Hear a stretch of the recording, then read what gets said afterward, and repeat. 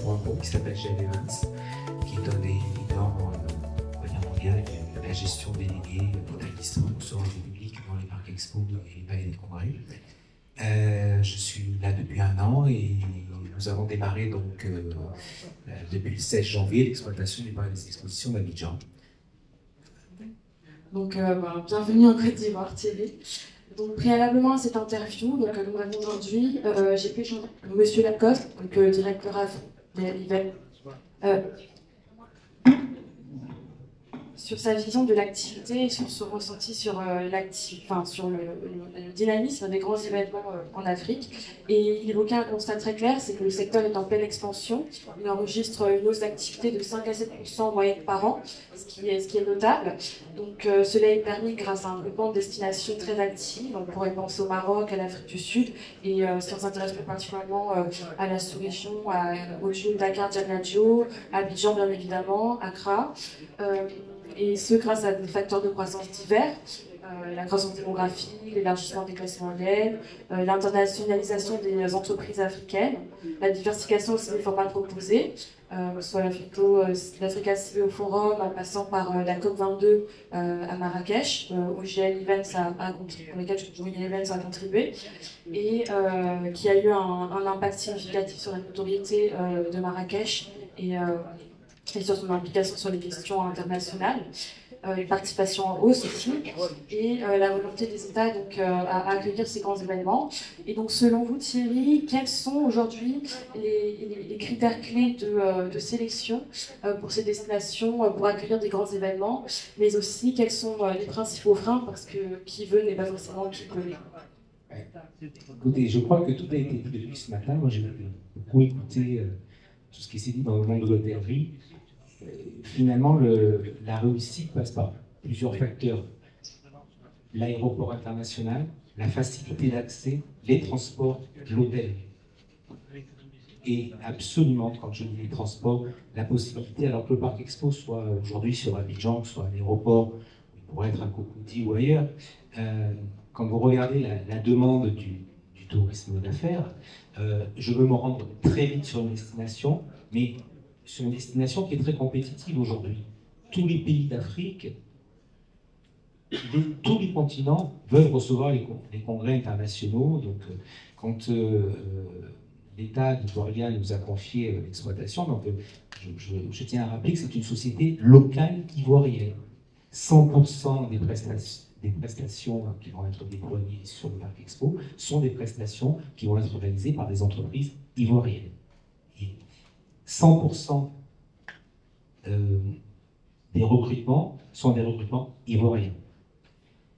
Pourquoi GL? C'est pour justement essayer d'accompagner l'État pour accélérer le mouvement, pour pouvoir accueillir du tourisme d'affaires international. Mais, comme vous avez posé la question, on a les 5 critères fondamentaux que tous les pays ont développés. Tout à l'heure, j'entendais il faut que le pays soit acteur du développement du tourisme. Du tourisme, bien sûr, et le tourisme d'affaires, c'est à nous, derrière, d'enrayer la politique de l'État ivoirien. Et cette politique de tourisme d'affaires, elle se traduit tout de suite, on le voit bien dans des grandes capitales, par du tourisme de loisirs. Parce que combien de fois un chef d'entreprise qui est venu, qui vient sur Abidjan pour faire du tourisme d'affaires, ne demande pas à sa famille, à son conjoint, de la rejoindre sur le week-end et ensuite de profiter du tourisme de loisirs. Les deux sont absolument liés. Et donc finalement, un parc expo, c'est juste un maillon d'une chaîne des 5 points qu'on a évoqués. L'aéroport, facilité d'accès, absolument un hub sur des avions faciles à partir, arriver le matin, repartir le soir, séjourner, repartir le lendemain. Et des transports, il faut absolument que, à une vision de 10 ans, l'ensemble de l'hôtellerie qui va continuer à se développer sur Abidjan, et je le souhaite, l'ensemble de l'hôtellerie soit facilement connectable avec un parc expo et avec l'aéroport. Oui, donc c'est beaucoup de synergie en fait et une vision d'ensemble, si je résume. Tout à fait. Vous parliez tout à l'heure de Marrakech, mais finalement on est capable de recevoir la COP20 sans parc expo, puisqu'on construit sous des chapiteaux, on construit, on peut même faire des très grandes manifestations en plein air. le Parc Expo doit être un des éléments moteurs de la chaîne de l'économie du tourisme d'affaires. Mais le Parc Expo seul ne suffit absolument pas à créer une filière. Par contre, il doit aider à structurer cette filière, donner des moyens aux acteurs locaux, parce que nous ne sommes pas organisateurs, il faut qu'on se donne les moyens de développer les acteurs locaux existants, mais ensuite, il faut absolument que très vite, on monte sur les critères internationaux. Au-delà du transport, derrière, on va générer du public. Ce public, il faut qu'il soit accueilli, il faut qu'on ait des réseaux de télécommunications, il faut qu'on soit au standard mondial. Si on veut jouer dans la cour des grands, on ne peut pas jouer petit. C'est la question que j'allais vous poser. Voilà, comment aujourd'hui se distinguer et satisfaire aux exigences internationales pour pouvoir tenter justement de capter ces grands événements? Il faut que la chaîne de valeur se mette en place. L'hôtellerie est un point essentiel pour la dynamique du Parc Expo, parce que souvent, c'est parce que on a une hôtellerie qui est forte, qui fait déjà des congrès, qui fait déjà des conventions, qui a permis, grâce à cette hôtellerie, de faire émerger le Made in Côte d'Ivoire, de faire émerger des points sur la science, des points sur peut-être sur l'agriculture. Ce que je veux dire, c'est qu'il faut qu'on mette en avant les forces de la Côte d'Ivoire pour que quand on a des professionnels qui souhaitent rencontrer leurs clients, ils se disent bah, tiens, la Côte d'Ivoire, ils sont déjà, ça peut être portuaire, il y a plein de pistes. Encore faut-il qu'on prenne ces pistes et ces axes et qu'on passe aujourd'hui sur des congrès qui font peut-être 400-500 pax en Côte d'Ivoire. L'arrivée d'un parc expo, ça doit nous amener du 800, 1000, 1200, 1500 nuitées par jour. Donc c'est sur pied du dessus. Et oui, et quand on bloque, c'est souvent, là on vient d'avoir deux visites intéressantes la semaine dernière. Première des questions, c'est comment on rejoint l'hôtellerie. Bon, alors, on va oublier Aquabar dans quelques semaines. Et comment on rejoint l'hôtellerie? Parce que tous les hôtels sont concernés.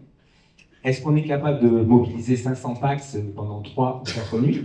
Et notre travail de demain, c'est de s'intégrer, nous, une fois qu'on sera là très rapidement, de s'intégrer absolument dans un bureau des congrès à créer avec les hôteliers qui sont les acteurs majeurs du développement du Parc Expo. Très bien. Et donc, on n'a plus beaucoup de temps, Thierry. Donc, ma dernière question va un petit peu se concentrer sur les retombées de l'organisation des événements.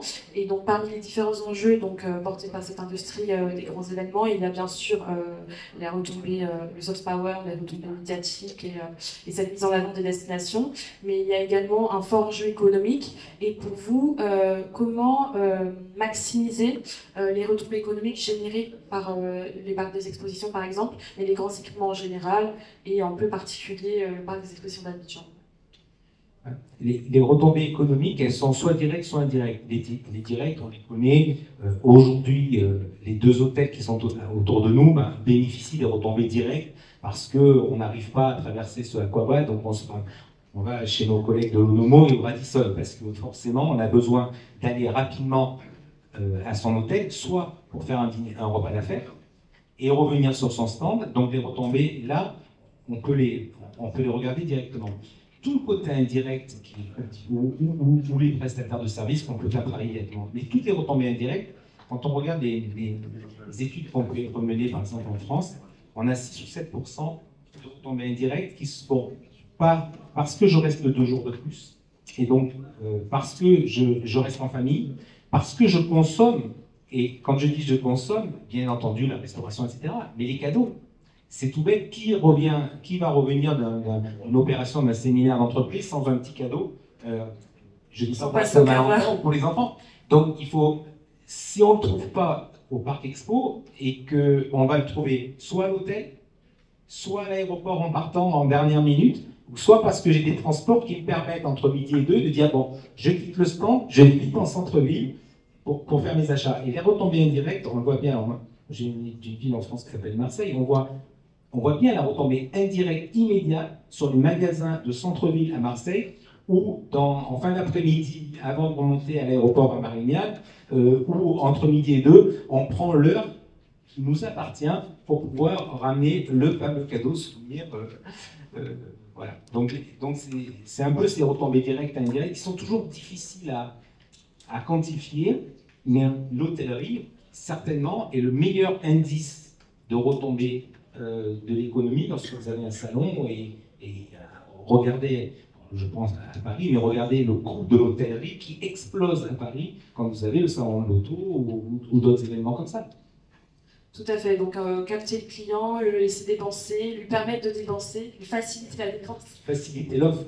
Et donc tout à l'heure, je crois que c'est Daniel qui parlait du tourisme. On a besoin, les gens, ils ont besoin de savoir qu'est-ce qu'ils peuvent faire le soir, parce que ça va bien rester 8 heures sur un parc expo. À un moment donné, on a envie de sortir, on a envie d'aller visiter le centre-ville, on a envie d'aller boire un verre et décompresser, parce que c'est quand on est sur une expo, c'est pas, je veux dire, c'est fatigant. Enfin, je veux dire, il y a ce contact public qui est permanent, et donc on a besoin de décompresser. Et finalement, combien de fois on a des avions qui repartent que le lendemain, une fois que j'ai terminé, pour profiter. Et c'est sur ces achats d'impulsion de dernière minute que finalement le congressiste ouvre son portefeuille.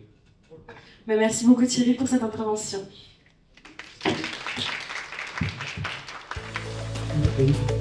Thierry.